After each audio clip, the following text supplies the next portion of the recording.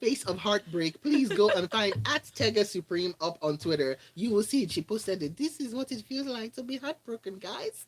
Now, before we get into the stories, let's give you what's coming up so that you can already start to send your messages in 0809 444 0981. That is the WhatsApp number. Get sending. And you can also go over on youtube.com/ Smooth 981 FM Lagos. Leave a comment up on the live stream. All right, let's get into what we've got coming your way for the next half hour. Nigeria sacked coaches after World Cup qualification failure. We're going to be talking about the technical coaches, and Osaka rallies past Bencic to reach Miami Open final, while Djokovic stays number one as Daniel Medvedev falls rather to Hurkacz at Miami. Sad, sad, sad for Daniil. He was like, I can see it, it's gone. And Brazil back on top of FIFA World Ranking. We've got more news for you. Let's see what else. Premier League clubs to reintroduce five substitutes rule, and fading Inter look to rediscover form at resurgent Juve, whilst Real Madrid seek recovery against Celta after Barca loss before Chelsea. And at the new camp, magical night for women's football as the crowd record was broken, and literally that's the word they said. It's magical. And so there you have it, all the sports stories we've got coming your way. Let's start off. Yeah, let's start off with the consequences, because there had to be some. So the Nigerian Football Federation technical director Augustine Eguavon has stepped down, and the entire men's senior national team coaching staff have been axed, chopped, after they failed to earn a place at the World Cup in Qatar. Yeah, so of course this was always going to be the fallback plan after everybody had messed up their own part. This was going to be somebody's head had to roll. And yes, the technical crew had to go. First of all, so here is the iffy thing. You know how we have anyhowness everywhere else. Of course, Negavon was not necessarily the Super Eagles coach. He was just the Super Eagles coach in charge of the playoffs.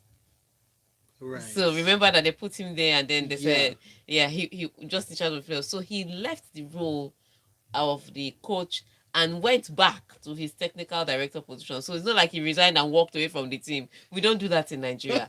We die in the position. That was what the headline said, that he resigned. And then he left as the coach, but he went back to being his technical director position. I love this. How many Nigerian of him? No, we don't walk away. We don't do that. We don't walk away. And then the NFF now sacked the entire technical director crew. So himself, Yobo, Salisu Yusuf, all of them that were gone. They were promised 2-year contracts. Goodbye and God bless. 2-year contracts for people who they are not even asking for winners, just qualifiers. To qualify for the World Cup. That's what it is. So they went. But here's where my issue is. When is the NFF going to resign? Because this is a failure of monumental proportions. It started at AFCON when we dropped out in round of 16. Carried over into World Cup when we couldn't beat Ghana in Abuja. I cannot hack it. You had the better players, just couldn't find a way to qualify the team. It was beyond me. Because I want to say that in Algeria, the FA resigned. And that FA won AFCON in 2019. That FA won Arab Cup in 2022. But that FA, because they couldn't beat Cameroon to qualify for the World Cup, the entire FA board stood up and said, we failed you, we will not do again. But Nigeria, I'm telling you, we put FO stick on that chair and we sit down there. You are not getting us out of this place. The only resignation you get from me is death. I'm telling you. So, I mean, really ridiculous. But everything, I would say this, everything was wrong. From coming into the stadium, my goodness, logistics is a nightmare in Nigeria. So we had gate A, B, C, D. We had about 4 gates. I don't know why you're counting them. I know that's what I'm coming to. I have to count them. So we had 4 or 5 gates at the stadium. They opened only one. And now the Abuja stadium is large. It's almost like a city. Waste of space, if you ask me, because they could have used that thing for anything else. For you to have that kind of space at the stadium, you have to have a hotel there. You have to have a golf course there. You need to have one of those things where people wake up and they just watch the pitch. It's a massive stadium for you to waste that space. Like, all the cars are parked on the road for the game. They could have parked in the stadium and space will still remain. Wow. But they locked the gates. Now you had Wait, hold on. Now that's a 60. Is it 60,000 capacity yes. stadium? Now you have no. I'm not even just talking of the main bowl. Even everything around the stadium, the entire place that is secluded as stadium, is too big. No. But I'm saying just for one gate to be open. Yeah. First of all, for that one gate, then so they could have labeled the tickets. VIP go through gate A, parking gate zone A parking. You know, regular take gates maybe B, C, D. Because there'll be more. No, everybody make your way through that gate D. Just put your head inside, and if you can make it in, make Squeeze it in. through. So eventually they now opened, after people had suffered, people were sweating, they now opened the gate. People now eventually trudged in. They got in. If you bought tickets, sorry, because the man that came free of charge and came at 4 o'clock, he took your seat. Took your So in prime VIP, seat. people were standing in VIP. They bought their ticket, 25K. They were standing. It was it was a logistic. story with you of how you were like VVIP. Do you understand? It was logistic failure. Then we struggled to get there. Everybody's standing and sweating with their 25K tickets on their wrists, but free ticket holders are just sitting in their seats and enjoying the seat. I love how you say ticket holders, just free holders. Free air holders. Because they got to the gate and they're saying, if you don't have tickets, you will not enter. They ever said, you lie, because this match we are entering, and enter they did.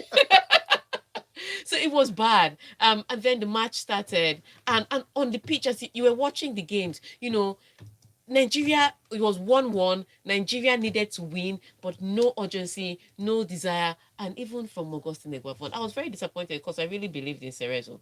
Even from Augustine Eguavoen, they will kick the ball out for throw in. Augustine Eguavoen will stand with his hand on the waist. It's the kind of thing that Jurgen Klopp will become ball boy. Carry the ball and throw back into the pitch and tell his boys, get up, let's do this. See, when Ini was in on Wednesday, Ini was reenacting the hand on the hips. It was disappointing. The players, they will kick the player, he will fall on the floor, he will roll around. You're like, guy, you are the one that needs to score. You can't be rolling around. Are you in a coma? No. Then get up and play. There was no urgency. You didn't see that. The only person that really wanted to go to Qatar, and we should carry him to Qatar. I don't know if we should loan him out as mercenary, but the only person that wanted to go was Osimhen. He's the only one that wanted to go. And then Igalo, in the 2 minutes he came on, understood the assignment. Like, guys, we need to try and get a goal. So, I don't know how I'm going to recover from this heartbreak, but yes, it was a failure by the technical crew. They needed to go. But the NFF also failed. And I don't know what they're going to do about their failure, because an apology doesn't suffice. They're going to fire as many people as they need to and then take the focus away from them. If you keep talking about it, they'll fire the cleaning staff.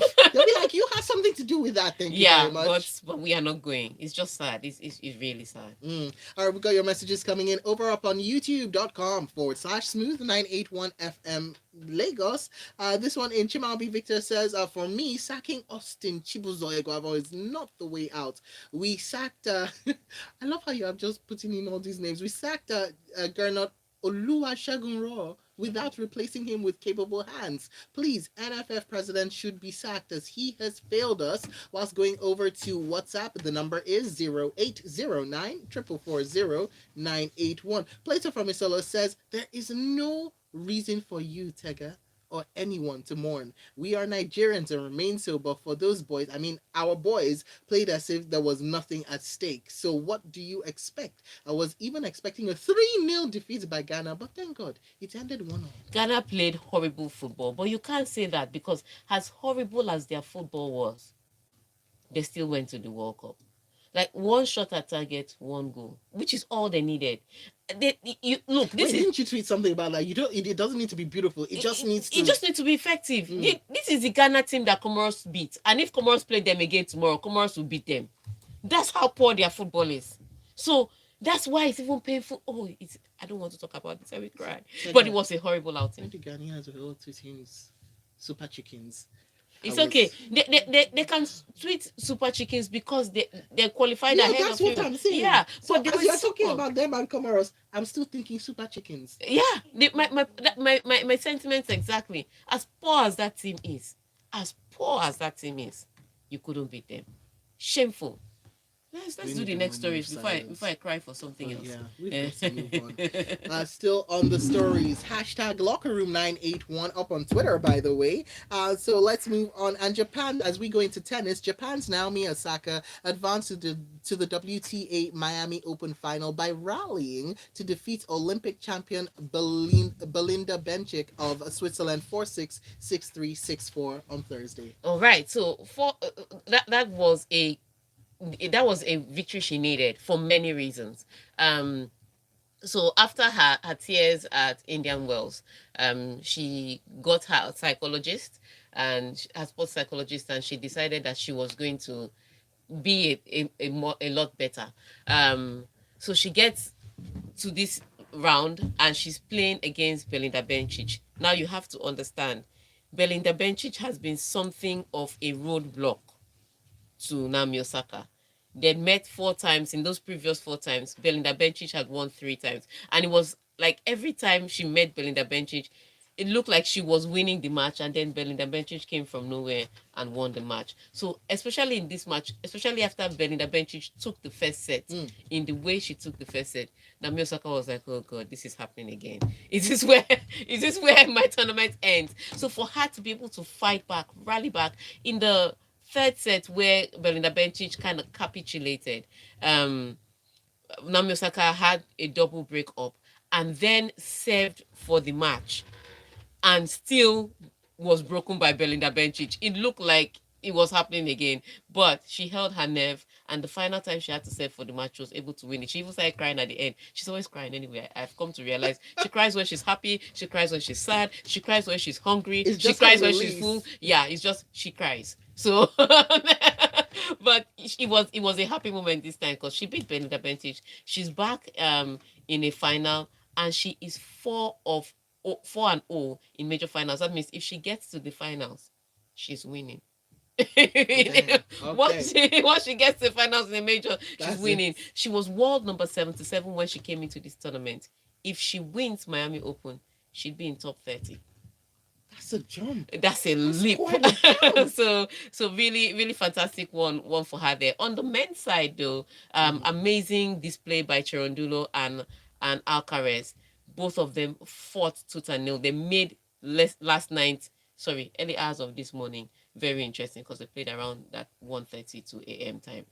Beautiful. It was point for point, pound for pound. They were battling it out, but Alcaraz won. So Alcaraz now faces Heber Hurkacz, who defeats Medvedev, Oh. and Medvedev doesn't make it back to world number one. So he's going to have to try again. Unfortunately for him, Yeah, but what's it? Because Medvedev said that was physical struggles yes, that he was hampered struggling. him. So we didn't know what he was really struggling with because they're not massaging any part of his body. All we know is that they gave him something to take, a pill to Because take. it was something with his Yeah, breath, right? he was struggling to breathe. It was a stamina thing. So we don't know what it was, Oh, but they where gave did him a that pill come to take. from? We don't know what it was. So if you're struggling with a muscle injury, we'd see the massage happening. Nothing. It was just a pill that they gave him to take. So we don't know how that happened. So, but what is important is he didn't get number one back, and clay court is coming, and he doesn't like clay. so The tour can so continue. this was the time. If he was going to take that number one Yeah. position back, this was the time. Oh, well. On that note, we'll take our break.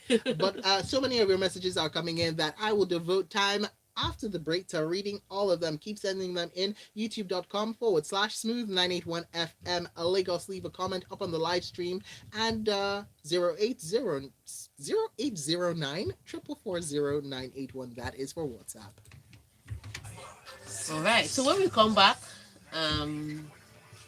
we'll just do the walk. We'll just read the top line and so on. We'll take it from there. Okay. And because we've spent so much time on Nigeria. On Nigeria, yeah. Yeah, but we are going to. You're lucky we didn't open the phone lines. No, don't delete. Do you delete? Just so that I don't have any. Yeah. So confusion. because you deleted, because it has a format, Mm. I have to redo. Don't delete again. Oh, there was no format. No, there's a format to how this thing is put. So No, I mean there was no format because from that 2 second okay, before yeah. the game, I was just there was no format. I said, let me delete all evidence that I've been here. Yeah, it should be like that, but you put it in portrait mode when we went on. So when you turn it like that, it's sideways. Yeah. Yeah, it's sideways. So you have to wait. You have to wait for this entire one to finish. Yeah, the only way you can put it sideways now is if you stop it and then, or put it landscape, is if you stop it and then do a new video. So you need to be careful when you're putting it YouTube on. It needs to be like that because the what's the thing called? Portrait versus landscape. Yeah. What's that thing called? What the aspect ratio that you use is what will stay for the whole Yeah. video. So now you are going to have to move from one person to the next as they're talking, which is why I said you need to hold it. When you shift it like that, let's see. Shift it. Let's see. Still the same. Okay. Okay, there. leave it there. So Leave shift it at it. that angle. Okay, actually, this is good. This is a sets good both of angle. us. Sorry, we're working out on some technical, production. It's a serious Oh, something. you know, I wish you could press that button on YouTube where they go do do do do do. It's production we are Technical doing. issues. Technical issues, yeah. So we are trying to get it right because we don't know what's happening. But we got it right now, so you can see us. Okay, are we back soon? We are back in 8 seconds. So sorry, people. So we bear with us today. Our camera angle is not standing. It's not cameraing.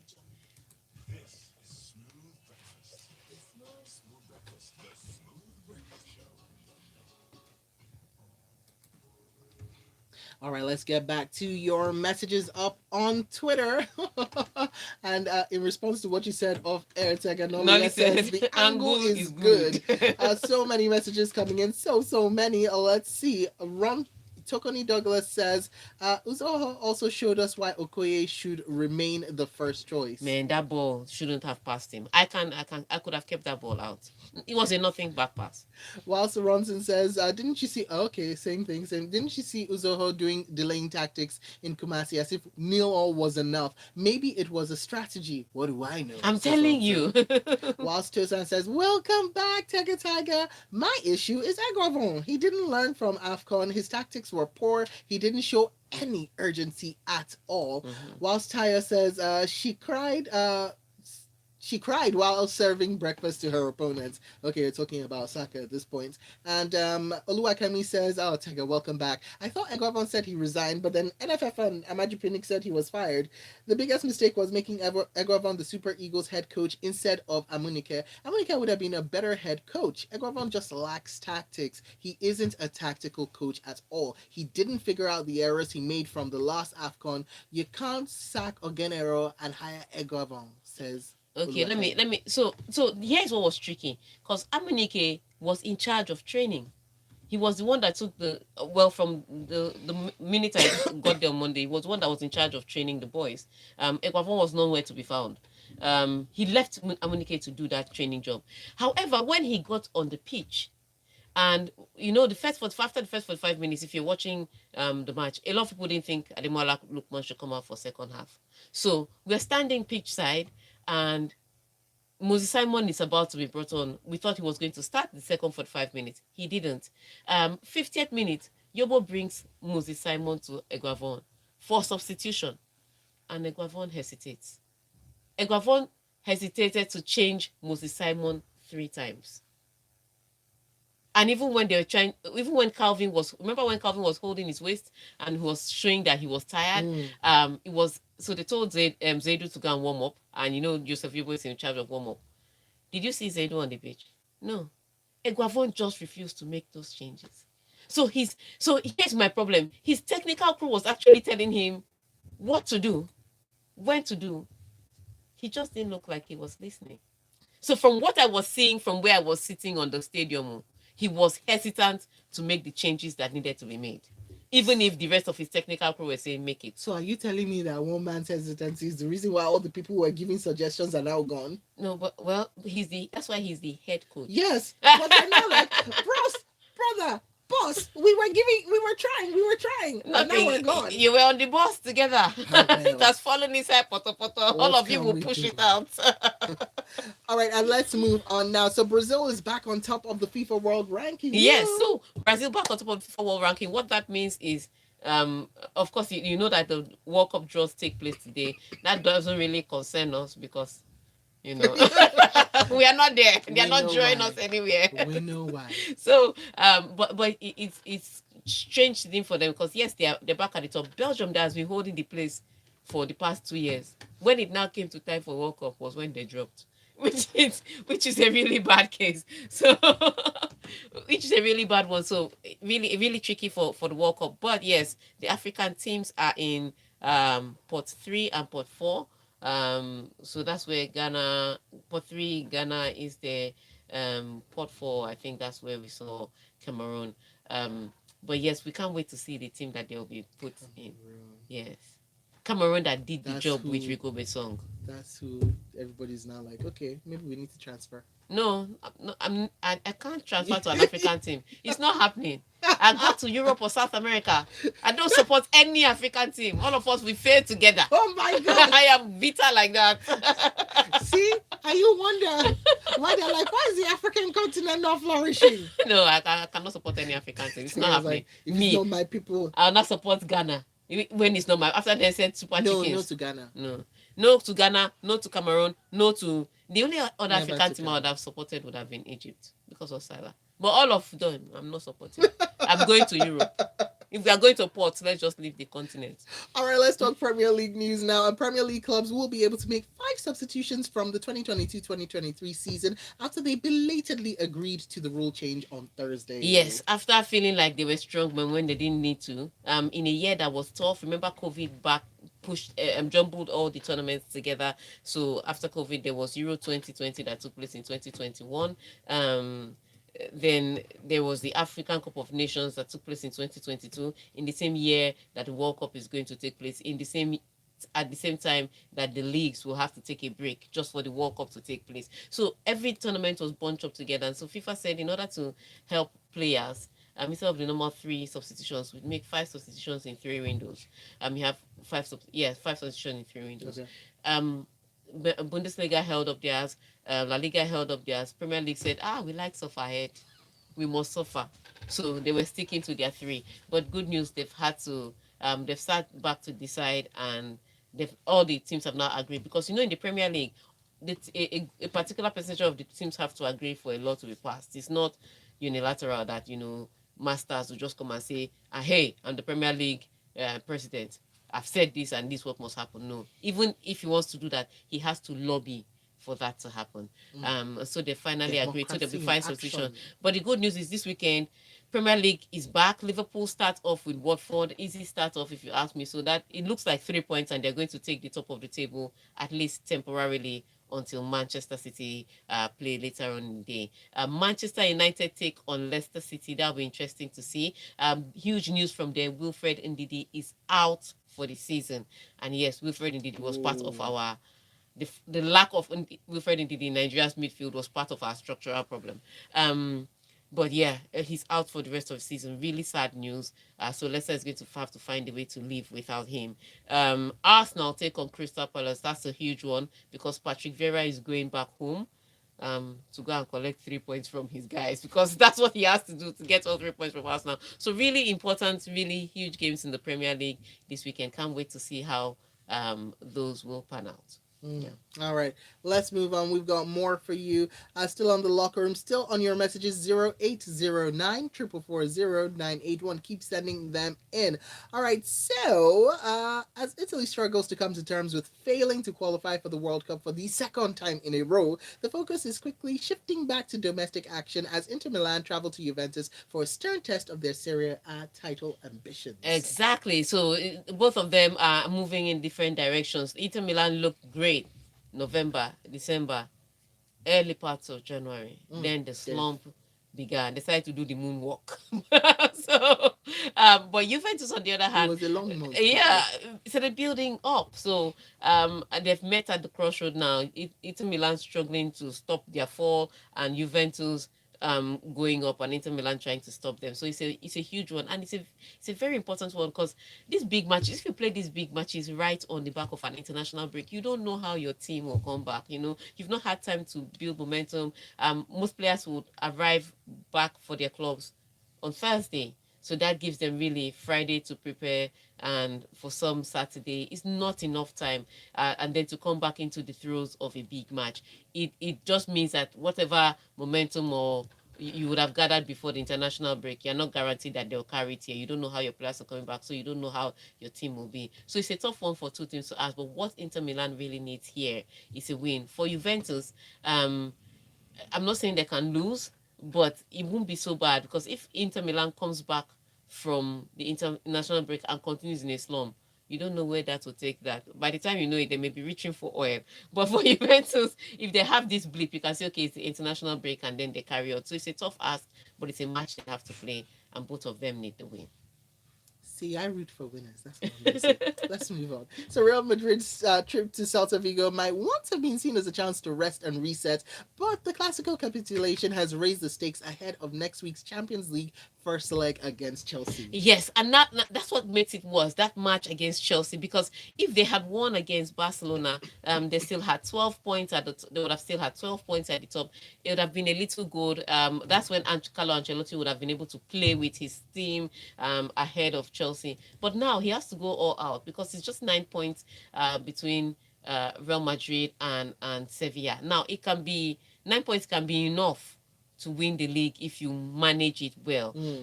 But the way Sevilla and Barcelona have revived their campaign, it's a completely different kettle of fish. You don't want that. Yeah, you don't want to risk it. And then Barcelona face Sevilla this weekend. So that may take a little bit of pressure off Real Madrid, who plays Celta Vigo. Carlo Ancelotti has tested positive for COVID, so we don't know if he's going to be on the bench. He tested positive in the week, so we don't know if he's going to be on the bench this weekend, or if somebody else is going to replace him.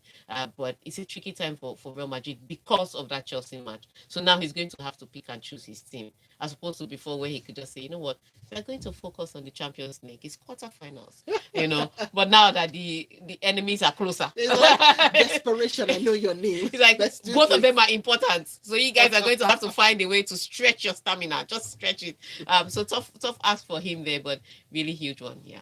All right, and magical. That's the word of the day right now, because that was how Barcelona captain Alexia Putellas described playing in front of a record-breaking crowd of 91,000. We're going to count them down to the last person. 91,553 fans at the new camp. I said it was the team's first appearance in front of the supporters at the iconic stadium, and the occasion did not disappoint. Yes, it was Real Madrid against Barcelona, another El Clasico on the women's side, and of course, Barcelona won again for good measure. But Barcelona were always going to win on the women's side. They have the better team. Assistant Soshela plays for them, but she was out with an injury. However, she was there to support the girls. So they won that. But what was huge was what I've been seeing happen in the Spanish women's football. So every once in a while, they take the women's team to the men's stadium to get the fans in, try to fill out the stadium. And so they have been gathering supporters. It's like the rest of Europe is catching on with this thing. Women's sports is business. Stop thinking that it doesn't sell. It clearly sells. 91,000 people came. This was the Black Panther of women's football. Yeah, it clearly sells. So what they've just done is try to get as much eyes on it by putting it on TV. Sometimes, like I said, they bring them to the men's stadium and get fans into the stadium, and you see the numbers are growing. So it's always the Spanish women's team that you see the crowd this large, because they're actually making that effort and saying this works. And then people get to sit down and say, oh, they are not playing bad football. Football is not horrible. Yes, women play great football. You need to just watch it. So it sells, it works. And for me, this was a huge deal. And you know what else? What I've noticed is a lot of women's teams that we focus on whenever we're talking about the stories are always doing better than the men's teams. Yeah, wouldn't it be nice to send think about it. My gender qualified for Costa Rica when they needed to. My gender qualified for Morocco when they needed to. Kayode's gender, on the other hand, ordinary Ghana, we couldn't beat. This Ghana that was playing horrible haram football, but he can make noise. My gender qualified. Kayode's gender didn't. That's all I'm going to say. On that note, we end the show. Make sure you catch her. She's at Tega Supreme up on Twitter, and catch at LIS International. That last N is that now is NL, not NAL, right? At LIS International. Yes. And of course, we are at Smooth 981 FM. Coming up, Lagos, you will be talking. Wow, you brought up the good stuff,